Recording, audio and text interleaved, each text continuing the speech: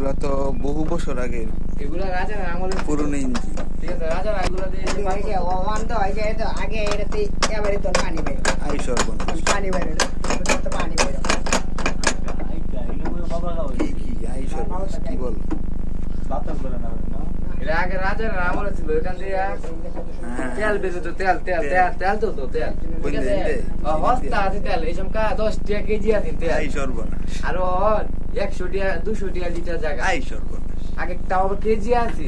I সর্বনাশ। এটা দেয় যে টানতো রাজার আমলে টানতো। আর তেল কি এদিক দিয়ে বাইরে তো? এই যে এটা ঘুরতো, এটা এই পাতালপুরি, এই যে পাতালপুরি, এই যে আমার মনে হয় জানিস কি তা আমি তো মাং না কেন, বাপ দাদার আমলে তেল 10 টাকা শের আছি। এটা কিন্তু ঘুরবে না। আই সর্বনাশ, ও তো বড় বড় মিশিং বানায় তো এটা দিছে। কিন্তু ওই যে তেলের পুনি বুঝছো, এই তেলের পুনি এই যে যারা বাড়াইছে না, এরা 14 গোষ্ঠী ধরে বলবো।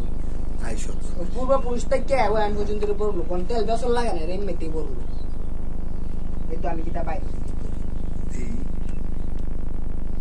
বাইরে তো না গো, অনেক তো বাপ দাদা আমলের না, বহুত শক্ত।